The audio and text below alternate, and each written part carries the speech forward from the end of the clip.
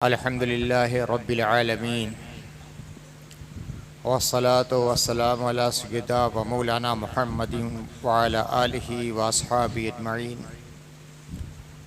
अम्मा बाद फ़क़द क़ाल अल्लाहु तआला फ़िल क़ुरानिल मजीद अऊज़ु बिल्लाहि मिनश शैतानिर रजीम बिस्मिल्लाहिर रहमानिर रहीम।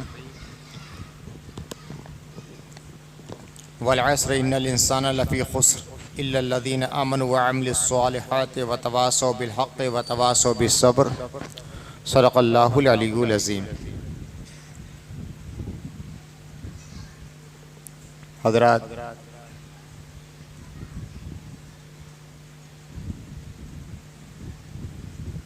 इधर एक महीने में कई बार ऐसा हुआ कि मुझे रात को तकरीर करने के बाद कभी 1 बजे, कभी 2 बजे, कभी 3 बजे, कभी 4 बजे घर आना हुआ। मैंने एक बहुत अजीब चीज़ महसूस की अपने इलाके में। अभी आज रात को भी मैं सफ़र में था, 11 बजे तकरीर मेरी ख़त्म हुई, फ़ौरन रवाना हो गया। अपनी गाड़ी थी, 1 बजे रात को मैं वापस आ गया घर।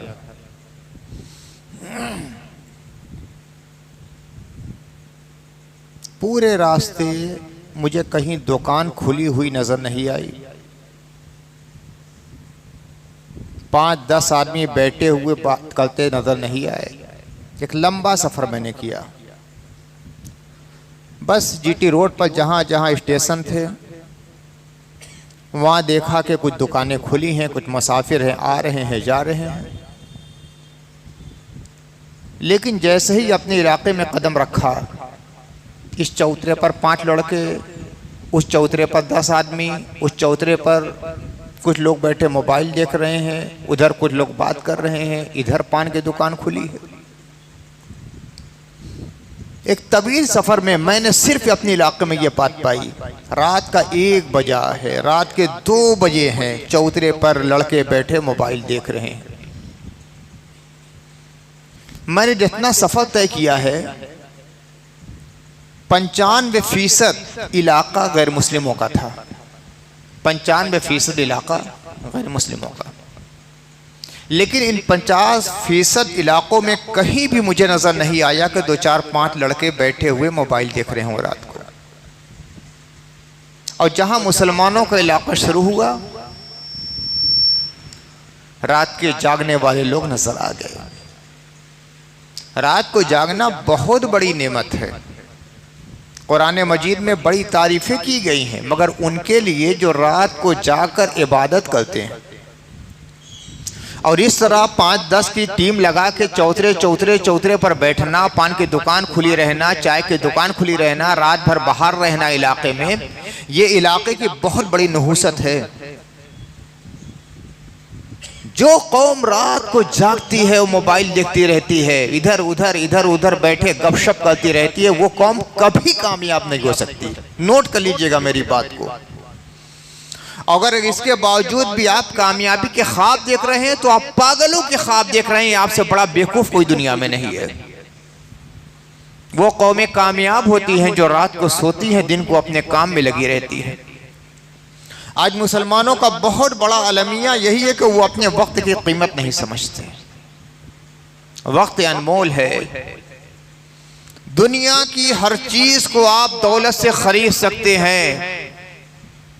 आप अपना स्पाई जेट रख सकते हैं, हवाई जहाज रख सकते हैं, हेलीकॉप्टर आप रख सकते हैं, पूरा शहर अपनी दौलत पे आप बसा सकते हैं, बड़ी बड़ी कंपनियां आप कायम कर सकते हैं, फैक्ट्रियां बना सकते हैं। मगर गुजरा हुआ एक लम्हा दुनिया की सारी दौलत दे दी और सोचे कि वो 1 सेकंड हमें मिल जाए तो खुदा की कसम नहीं मिल सकता है।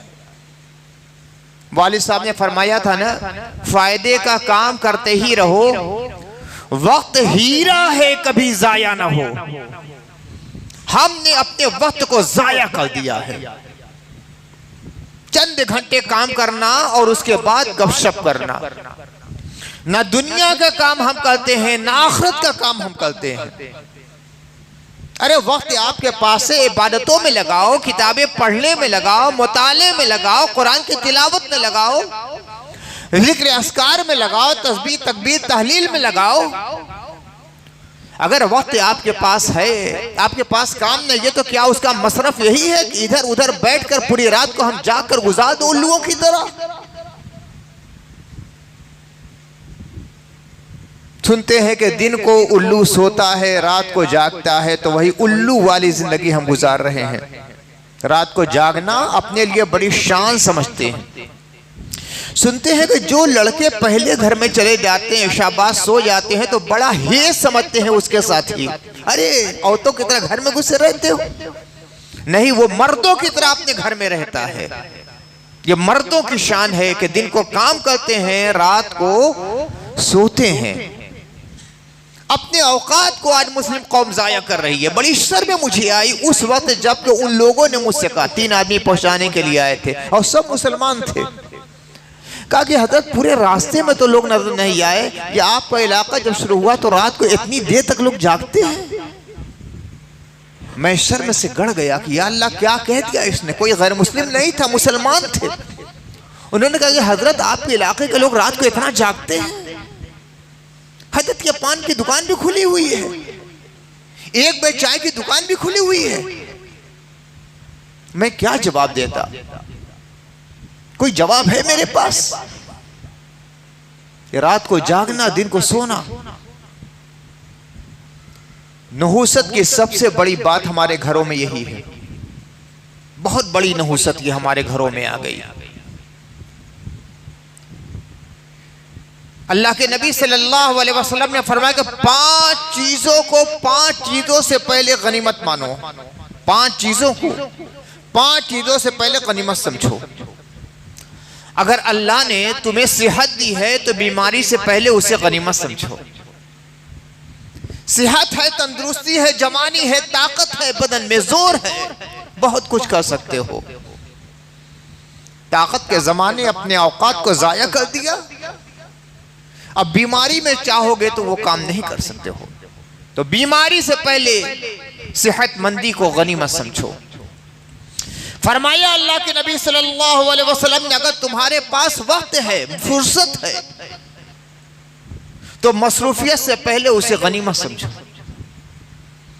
जब काम में मसरूफ हो जाए, कारोबार खूब फैल गया, फुर्सत नहीं मिल पा रही है, तो सोच रहे हो अरे इबादत के लिए हमारे पास ज्यादा वक्त नहीं है, ज्यादा हम तिलावत नहीं कर सकते हैं, ज्यादा जिक्र फिक्र नहीं कर सकते हैं, ज्यादा किताबों का मुताला नहीं कर सकते हैं, उलमा की सोबत में वक्त गुजार नहीं कर पाते, काम बहुत ज्यादा है।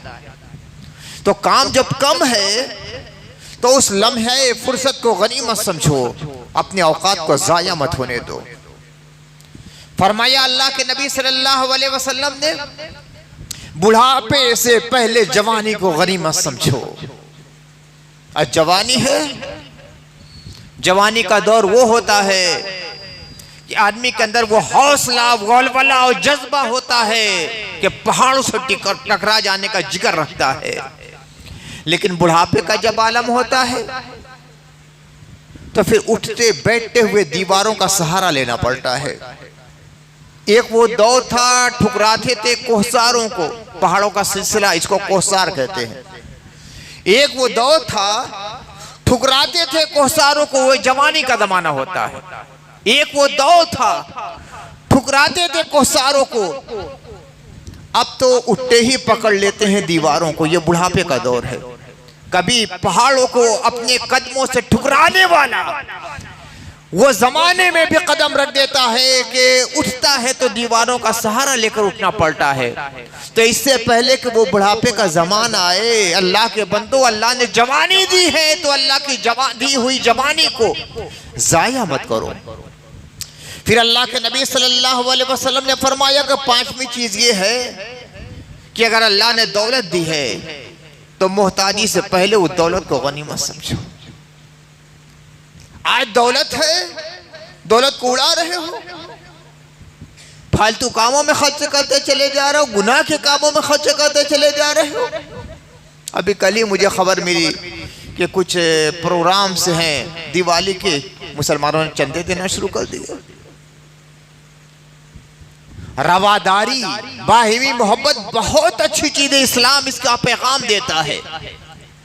लेकिन जहां शिरकिया और कुफरिया और हराम काम होते हो वहां से दूर रहना इस्लाम इसकी भी तालीम देता है।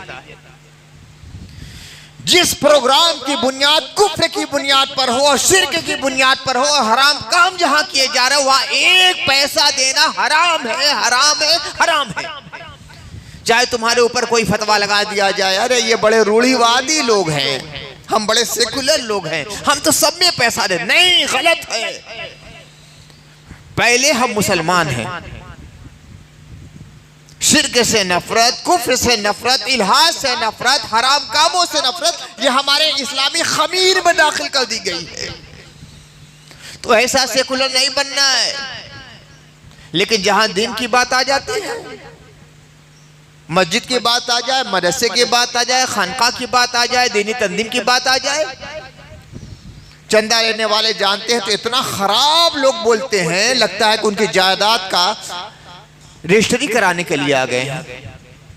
ये क्या हो रहा है? तो अल्लाह के नबी ने फरमाया कि दौलत अल्लाह ने दी है तो फकीरी से पहले उसे गनीमत समझो, उसे जाया मत करो। या तो अपने जरूरी काम में उस दौलत को सर्फ करो या अल्लाह की राह में सर्फ करो। उल जलूल कामों में सर्फ मत करो, वो अपना शौक पूरा करने के लिए खर्च हो रहा है, अपने फैशन के लिए खत्म हो रहा है। और अल्लाह के दीन की जहां बात आ जाए तो सन्नाटा छा जाता है। आज दौलत है, कल नहीं रहेगी। कोई आदमी कह लेता है कि दौलत हमारे पास हमेशा रहेगी। कितनी दौलत आपके पास है? क्या कारून से ज्यादा दौलत है? हजरत सैयदना मूसा अलैहिस्सलाम के जमाने में कारून था।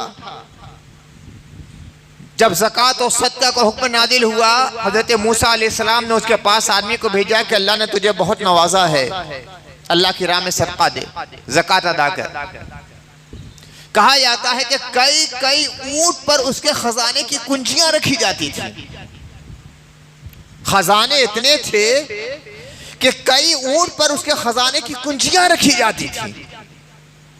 जब हजरत मूसा अलैहिस्सलाम ने भेजा आदमी को, कासिद को भेजा कि जाओ उसके पास कहो कि ज़कात अदा करे, तो उसने इनकार कर दिया।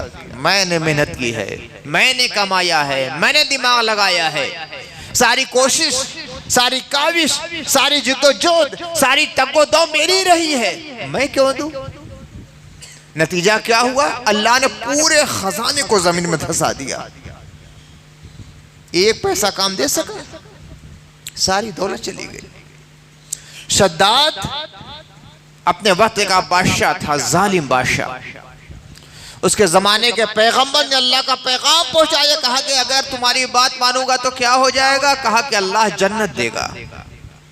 उसने कहा कि जन्नत ही मिलेगा ना, क्या होगा जन्नत में? कहा कि बहुत खूबसूरत महल्लात होंगे, बड़े हसीन व जमील बागात होंगे, बड़ी दिलकश हूरें होगी, गिलमा होगी, सोने चांदी के महल्लात होंगे। कहा कि मैं दुनिया ही में बनवा लेता हूँ।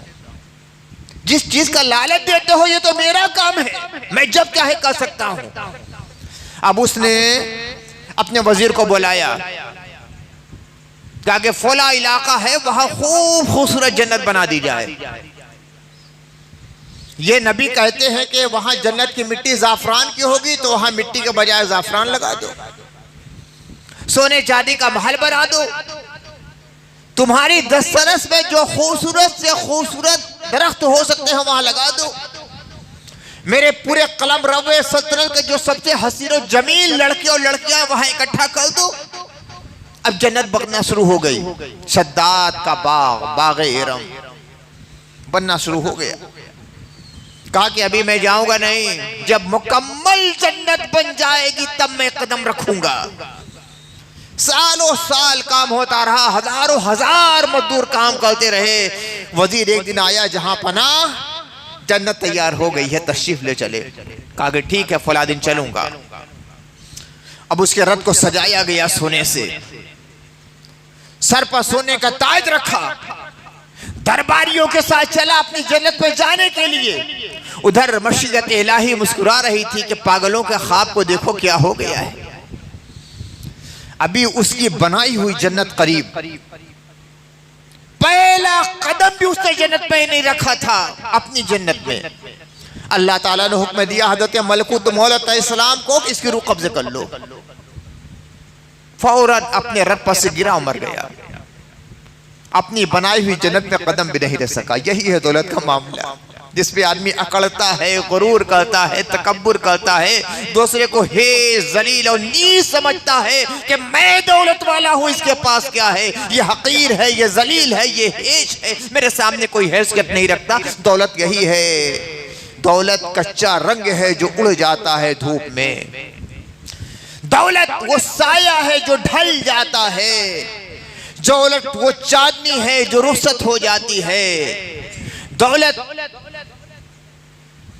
ऐसी धूप छांव का मरहला है जिसके अंदर पायदारी नहीं है। इसके ऊपर भरोसा क्या, इसके ऊपर गर्रा क्या, इसके ऊपर तकब्बुर क्या, इसके ऊपर घमंड क्या, इसके ऊपर गुरूर क्या। तो अल्लाह के नबी ने फरमाया, अल्लाह ने आज दौलत दी है तो उस लम्हे गनीमत को गनीमत समझो। कल तुम्हारे पास दौलत नहीं रहेगी। 56 साल की मेरी उम्र हुई। इस 56 साल की मुख्तसर उम्र में न जाने कितने अमीरों को गरीब होते और गरीबों को अमीर होते मैंने देखा। जिनको ये गर्रा था कि पूरे इलाके में, पूरी बस्ती में मेरा मद्दे मुकाबिल नहीं था। अगर उनका बस चलता तो अपने कदमों से गरीबों को रोट डालते।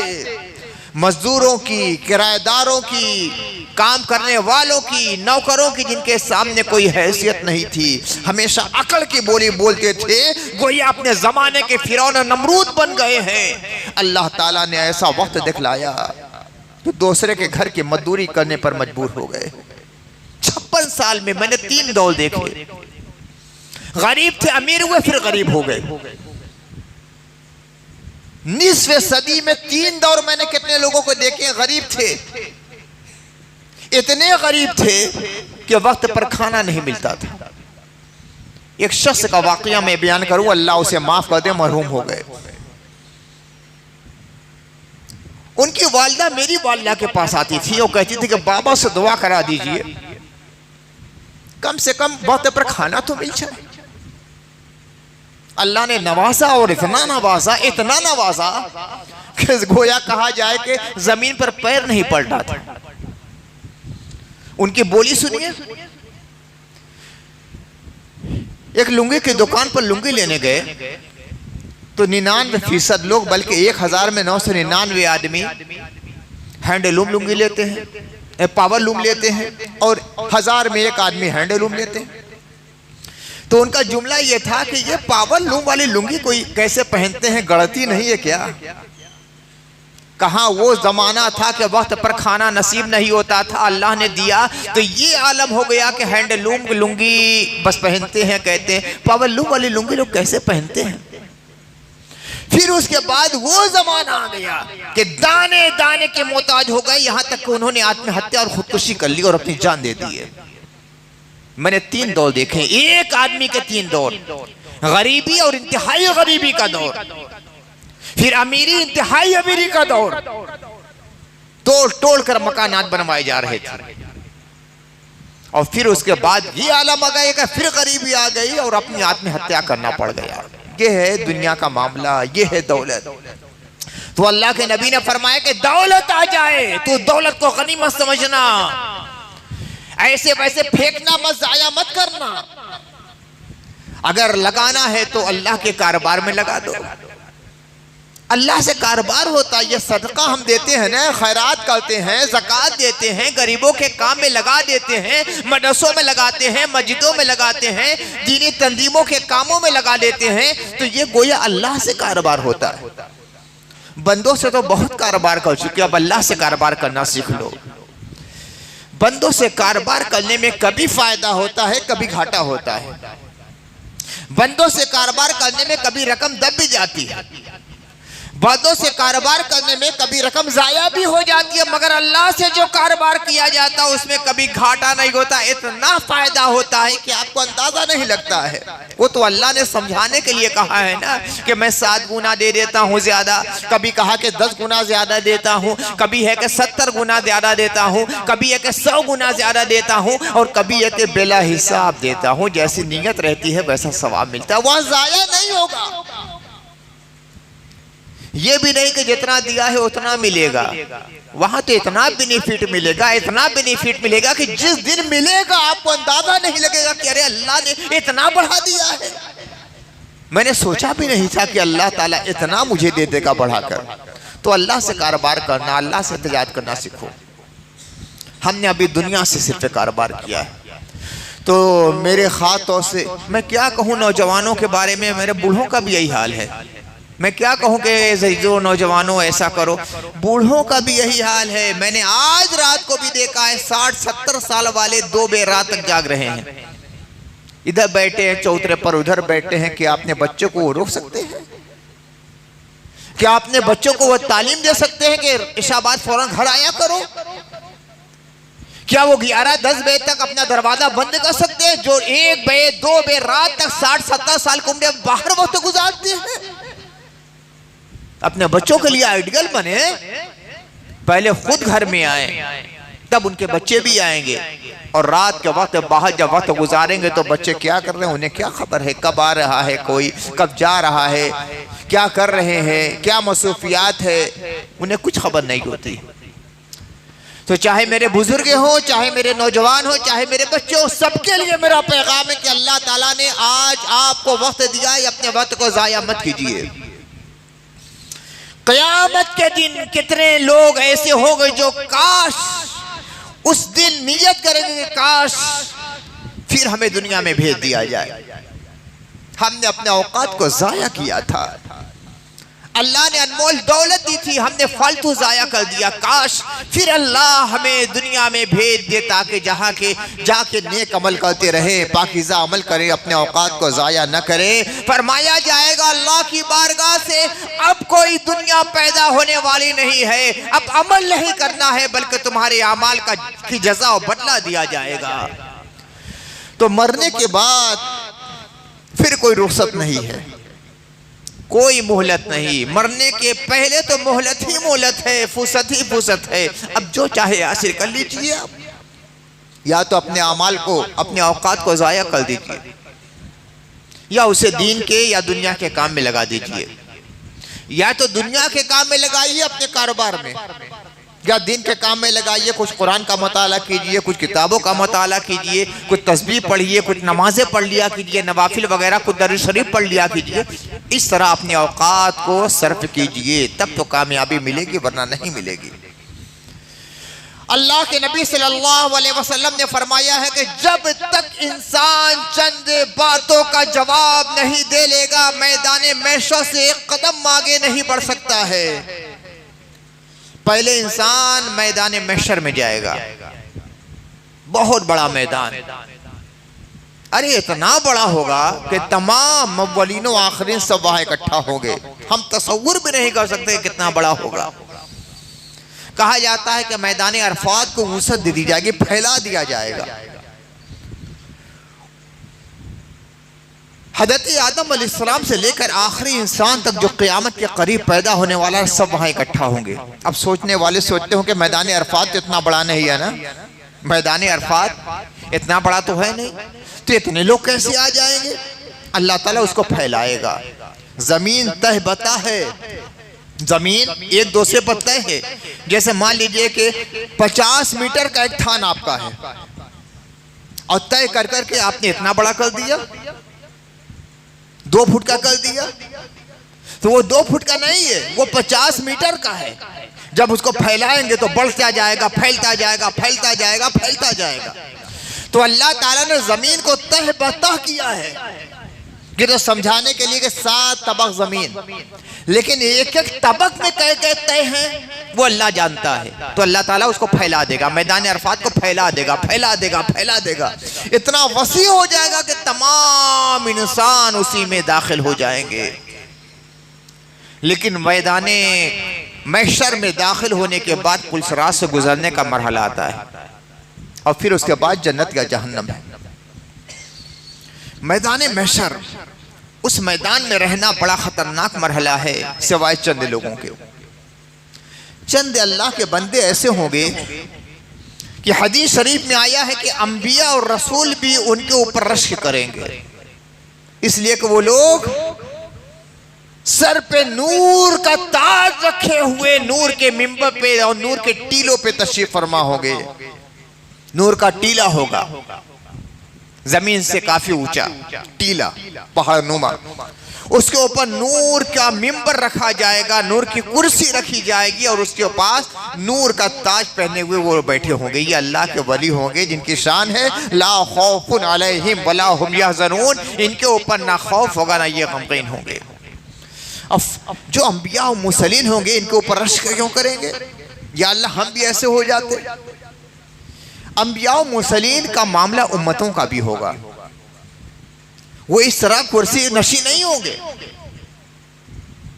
वो अपने गुलामों को, अपने जानिसारों को, अपनी उम्मतियों की शफाअत के हुसूल में लगे होंगे।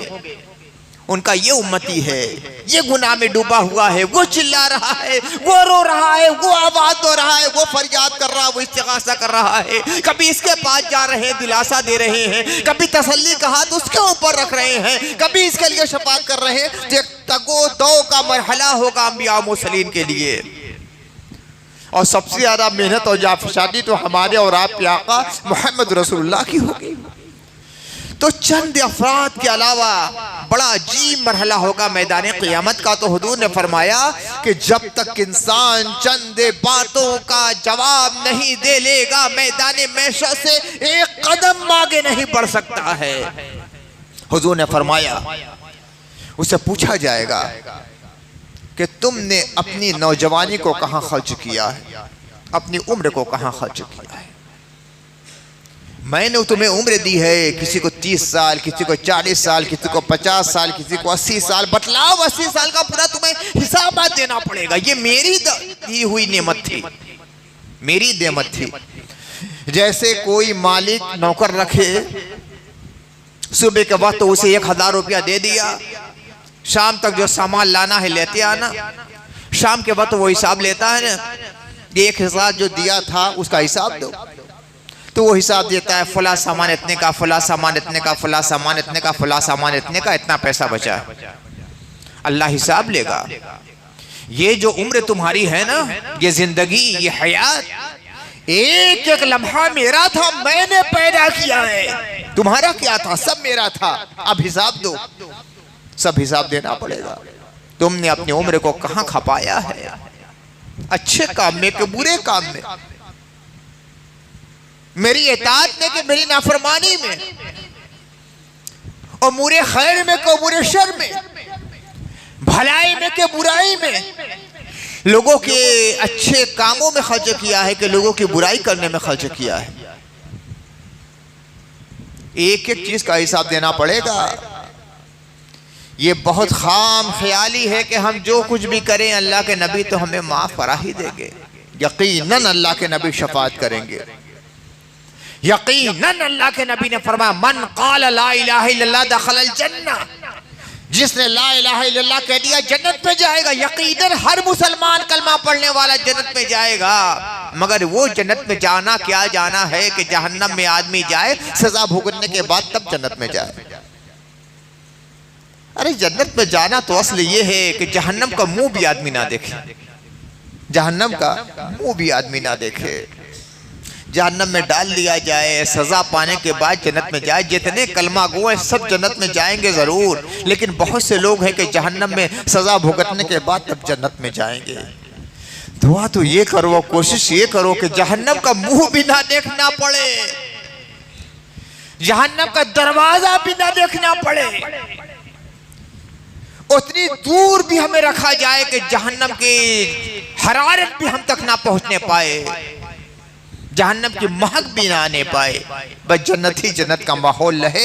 उसके लिए शफाअत रसूल भी चाहिए, करम खुदाबंदी भी चाहिए और अपने अमाल खैर भी चाहिए। जब तीनों चीजें इकट्ठा होंगी, अपने अमाल खैर, मुस्तफ़ा की शफाअत, अल्लाह का करम, जब तीनों चीजें शामिल हो जाएंगी तब डायरेक्ट जन्नत में दाखिला होने वाला है। इसके लिए तैयारी आपको करना है। पहला मरहला आपको है, पहले आपको काम करना है। दुनिया में अल्लाह ने भेजा है, हर किस्म की आसाइश का काम सामान फराहम कर दिया है। अब उसको सही कामों में सर्फ करना, ये हमारी जिम्मेदारी है। फिर उसके बाद मुस्तफ़ा की शफाअत और सबसे ऊपर अल्लाह का करम। कोई आदमी ये घमंड ना करे कि सिर्फ इबादत की बिना पर जन्नत में जाएंगे। एक हदीस है, अल्लाह के नबी सल्लल्लाहु अलैहि वसल्लम ने फरमाया कि एक शख्स मैदान महशर में लाया जाएगा, बड़ा इबादत गुजार, बड़ा नेक, बड़ा मुत्तकी, बड़ा परहेजगार। अल्लाह ताला उसके अमाल की बुनियाद पर कहेगा, मेरे फरिश्तों, इसे मेरे करम से जन्नत में दाखिल कर दो। जरा शौक मिजाज वो शख्स है, वो कहेगा या अल्लाह मेरे अमाल की बिना पर मुझे जन्नत दे दे। अरे सोचना चाहिए था कि जहन्नम से रिहाई तो मिल गई, अल्लाह का शुक्र अदा करना चाहिए था, मगर कहेगा या अल्लाह मैंने बड़ी इबादत की है, मेरी इबादत की बिना पे जन्नत दे दे। अल्लाह ताला फरिश्ते से कहेगा, फरिश्ते ठहर जाओ, रोक दो इसको, जन्नत पर मत ले जाओ, रुक जाओ। अब इसके एक एक उज़्वे बदन को तोला जाए और उसके सारे अमाल एक तरफ रख दिए जाए। ये मीज़ानी अमल है। इसकी एक आंख एक पल्ले में रख दो, इसके सारे अमाल रख दो एक पल्ले में। जब रखा जाएगा तो अल्लाह की नेमत का पल्ला भारी हो जाएगा। वो आंख जो एक आंख रखी गई हो उसका पल्ला भारी हो जाएगा, उसकी इबादतों का पल्ला हल्का हो जाएगा। फिर अल्लाह फरमाएगा उसका कान रख दो, हटा दो आंख, कान रख दो। उस कान के बराबर भी उसकी इबादतें नहीं हो पाएंगी। फिर अल्लाह फरमाएगा उसका हाथ रख दो, एक हाथ रखो, उस एक हाथ के बराबर भी उसकी इबादतें नहीं होगी। इसी तरह एक एक उज़्व को एक पल्ले में रखा जाएगा, दूसरी तरफ उसकी सारी इबादतें रखी जाएगी। एक उज़्व के बराबर उसकी सारी जिंदगी की इबादतें नहीं हो पाएंगी। अब अल्लाह फरमाएगा फरिश्ते इसे जहन्नम में झोंक दो। इसे गर्रा था कि मैंने अल्लाह की इबादत की है, इस इबादत की बिना पर मुझे जन्नत में दाखिल कर दिया जाए, झोंक दो इसे जहन्नम में। मेरी एक नेमत का भी उसने हक अदा नहीं किया है। अब वो रोएगा, मौला करम फरमा दे, मैं बड़े धोखे में था, मैं बड़े फरेब में था कि मैंने तेरी बड़ी इबादत की है। मौला तेरा करम है कि तूने मुझे इबादत का ये ज़ौक़ और शौक़ और ये तौफ़ीक़ अता फरमाई, मगर हक़ ये है कि मैंने तेरी एक नेमत का शुक्र अदा नहीं किया है। या अल्लाह अपने करम से जन्नत में दाखिल फरमा। हदीस शरीफ में है कि रहमत इलाही मुस्कुरा पड़ेगी और अल्लाह ताला हुक्म देगा फरिश्ते अब ये ठिकाने पर आ गया, मिजाज अब ठिकाने लगा, अब इसे जन्नत दाखिल कर दी जाए। तो सबसे बड़ी बात यह है कि अल्लाह का करम हो जाए, मुस्तफ़ा की नज़र हो जाए और साथ साथ अपने पास अमाल का सरमाया भी रहे। तो अल्लाह ने आपको जिंदगी दी है, उस जिंदगी को ज़ाया मत कीजिए। बाहर का बैठना बंद कीजिए, बाहर का बैठक बादी बंद कीजिए। चाहे हमारा नौजवान हो, हमारे बच्चे हो, हमारे बुजुर्ग हो, अपने औकात को जो कौम इस तरह जाया करेगी वो कभी कामयाब नहीं हो सकती। अपने औकात को दीन के कामों में लगाइए। अगर बैठ रहे हो चंदे अहबाब के साथ तो दीनी बातें किया कीजिए, दीनी बातें किया कीजिए। आखिरत में जो आपको काम दे सके, ये हंसी मजाक, ये फहाशी, ये गुनाह की बातें, ये सब झोंक देगी तुम्हें जहन्नम में। अल्लाह ताला फरमाता है कि तुम्हारी जबान से जो भी जुमला लिखा जाता है लिखने वाला उसे लिख लेता है। तुम्हारी जबान से जो जुमला निकलता है ना, एक जुमला भी तुम बोलते हो, चाहे एक कमरे के अंदर बैठकर बोलते हो, लिखने वाला फरिश्ता सबको लिख देता है और सबका रिकॉर्ड क़यामत के दिन अल्लाह के सामने पेश किया जाएगा। आप दोस्त अहबाब के सामने भी बैठकर गुनाह की बातें कर रहे हैं, गुनाह के मनाजिर देख रहे हैं, सब अल्लाह की बारगाह में क़यामत के दिन पेश किया जाएगा। उन्हीं आमाल की बुनियाद पर आपका फैसला होने वाला है। एक शख्स को मालूम है कि हमसे सवाल क्या किया जाएगा, उसके लिए भी जवाब के लिए तैयारी ना करे तो उससे बड़ा नादान कौन है। अल्लाह कितना करीम है, अल्लाह कितना कारसाज है, अल्लाह कितना रहम करने वाला है, अल्लाह कितनी मोहब्बत फरमाता है अपने बंदों से। जो सवाल कब्र में होने वाला है पहले ही से बतला दिया। मेरी उम्र का एक तवील जमाना गुजरा है मदरसों में, अलग अलग क्लासों में गुजरा, और अल्हम्दुलिल्लाह शुरू से आखिर तक मुझे बड़े प्यार करने वाले मुदर्रिसीन मिले। तहतानिया से लेकर फौकानिया तक, फौकानिया से लेकर आलिया तक, तमाम मुदर्रिसीन मुझसे बहुत प्यार करते थे। लेकिन किसी मुदर्रिस ने कभी यह नहीं बतलाया कि कल इम्तिहान होने वाला है, उसमें यह सवाल आएगा। पेपर भी वही बना रहे हैं, इम्तिहान का पेपर वही बना रहे हैं, मगर किसी ने बतलाया नहीं कभी। बहुत प्यार करते थे, बहुत मानते थे, बड़ी मोहब्बत करते थे, बहुत चाहते थे मुझे, हर वक्त प्यार दिया करते थे। लेकिन इम्तिहान के पर्चे के बारे में कहीं भी नहीं बतलाया। मेरे उस्ताद थे हजरत मौलाना मुफ्ती मोहम्मद उमर साहब रहमतुल्लाह अलैह, बहुत प्यार करते थे। अरे इतना प्यार करते थे कि घर से खाना आता था तो अक्सर मुझे बुलाते थे, अपने साथ बैठा कर खिलाते थे। कभी नाश्ता किए बगैर चले आए मदरसे में तो जलेबी मंगवाते थे तो मुझे नीचे से बुलवा कर अपने साथ खिलाया करते थे। मास्टर फारूक साहब रहमतुल्लाह ताला अलैह थे, इंतहाई दर्जा प्यार किया करते थे। मास्टर हिसामुद्दीन साहब थे, मैं जब छोटा सा तो घर जाते थे, अपनी गोद में लाकर मुझे मदरसे लाते थे। मगर किसी ने भी मुझे इम्तिहान से पहले पर्चे के बारे में नहीं बतलाया है कि देखो ये सवाल आएगा, इसकी तैयारी कर लेना। प्यार करने के बावजूद भी जहां इम्तिहान का मरहला या उसूल के पाबंदी है, किसी ने पर्चे के बारे में बतलाया नहीं। मगर मुस्तफा के इतना प्यार करने वाले हैं, बतला रहे हैं कि मेरी उम्मतियों तैयारी कर लेना, देखो ये सवाल होगा क़यामत में, ये सवाल किया जाएगा, इसके बारे में पूछा जाएगा मैदान महशर में। क्या इससे ज्यादा प्यार हो सकता है? हजरत वालिद गिरामी सिराजुल आरिफीन हजरत अल्लामा कौसर नदवी रहमतुल्लाह अलैह आखिरी दर्जात के पर्चे बनाते थे। मेरे सही बुखारी का पर्चा उन्होंने बनाया है, सही मुस्लिम का पर्चा उन्होंने बनाया है, मदारिक शरीफ का पर्चा उन्होंने बनाया, दोस्ती किताबों का पर्चा भी बनाया है। मेरे वालिद थे, मेरे पीर थे, मेरे उस्ताद थे, मेरे मुरब्बी थे, मगर उन्होंने भी नहीं बतलाया कि नसीर कल इम्तिहान जो होने वाला है ना तो उसमें यह सवाल आएगा। मेरे वालिद हैं मगर मुझे पर्चा नहीं बतलाया। मगर मेरे बारे से ज्यादा प्यार करने वाले हमारे आका सल्लल्लाहु अलैहि वसल्लम है, वो बतलाते हैं मेरे गुनाहगार उम्मतियों ये पर्चा आने वाला है, ये सवाल होने वाला है। तो बाप से ज्यादा, माँ से ज्यादा, भाइयों से ज्यादा, असातिज़ा से ज्यादा, मुअल्लिमीन से ज्यादा, मुरब्बियीन से ज्यादा जो प्यार करने वाले हैं वो हुजूर रहमतुल लिल आलमीन मुहम्मद रसूलुल्लाह है। हम सब, हमारी औलाद, हमारे आबा व अजदाद सब उनकी ज़ात पाक पे कुर्बान। उन्होंने बतला दिया ये पर्चा आने वाला है। अच्छा अगर बतला दो, कोई मुदर्रिस बतला दे कि कल ये पर्चा आने वाला है या इस इम्तिहान में आने वाला ये पर्चा है, ये सवालात आने वाले हैं, क्या उसकी तैयारी आदमी नहीं करेगा? इसके बावजूद भी आदमी तैयारी ना करे और फेल हो जाए तो फिर उसे मदरसे में या स्कूल में रहने का कोई हक नहीं रह जाता है। अब सोचिए कि अल्लाह के नबी ने बतला दिया है, कब्र में ये पूछा जाएगा, मैदान महशर में ये पूछा जाएगा, और इसके बावजूद भी इस पर्चे की तैयारी हम ना कर सकें, उन सवालात के जवाब की तैयारी ना कर सकें, तो क्या हमें हक रह जाता है कि दुनिया में हम रह सकें? हमसे बड़ा नादान, हमसे बड़ा जाहिल, हमसे बड़ा गाफिल, हमसे बड़ा मुगफ्फल कौन होगा?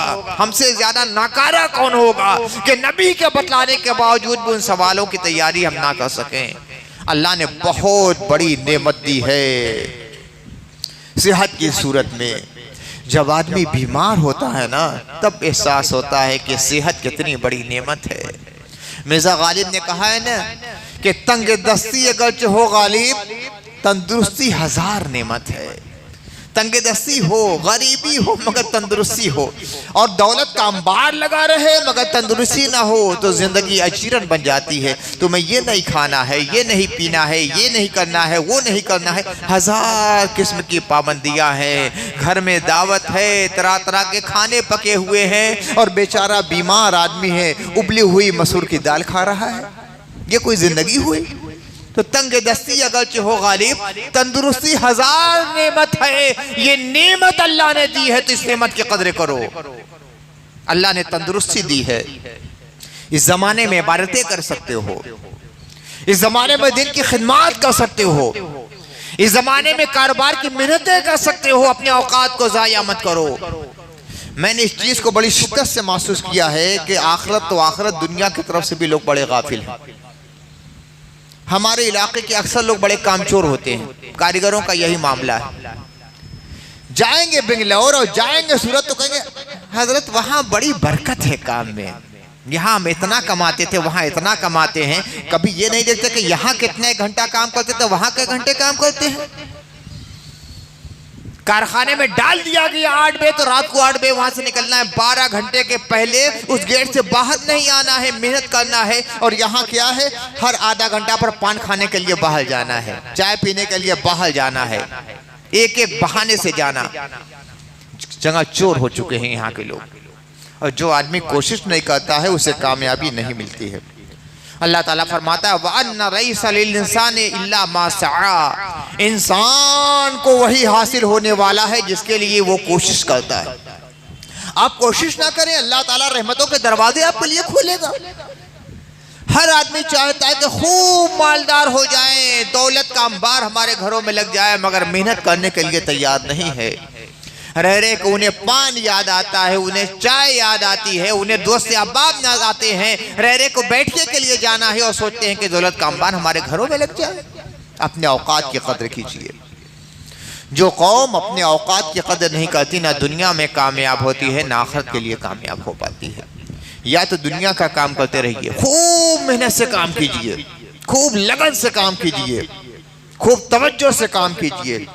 चले जाइए कारखाने में तो आने का नाम मत लीजिए जबकि अजान की आवाज़ आपके कानों में ना आए या खाने का वक्त ना हो जाए। जाइए नमाज पढ़कर फिर लग जाइए काम में। खाने के लिए गए, खाना खाइए, फिर लग जाइए काम में। जम के 12 घंटा कम से कम मेहनत कीजिए। देखिए कैसे कामयाबी नहीं मिलती है आपको। यकीनन कामयाबी आपके कदम चूमेगी।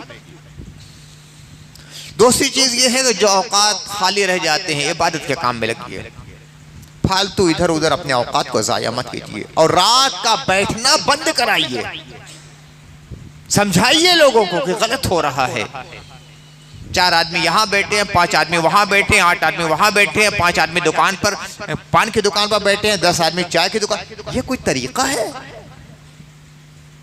रात को इस तरह कुत्तों को जागते हुए तो देखा गया है या उल्लुओं को जागते हुए देखा गया है? अच्छी मखलूकात रात की तरह जागती नहीं है।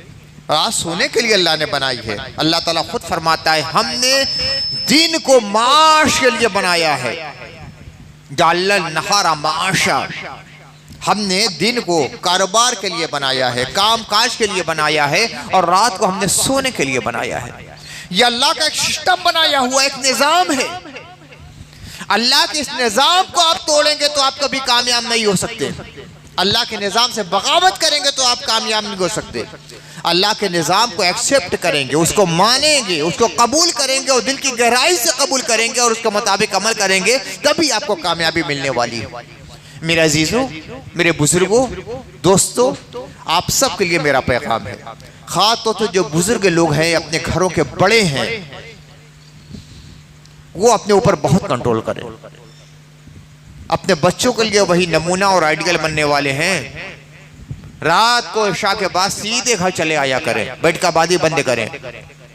दोस्त से अहबाब के साथ गपशप करना यह क़यामत के दिन काम नहीं देने वाला है। ना दुनिया इससे हासिल करेंगे ना आखिरत, दोनों बर्बाद कर रहे हैं।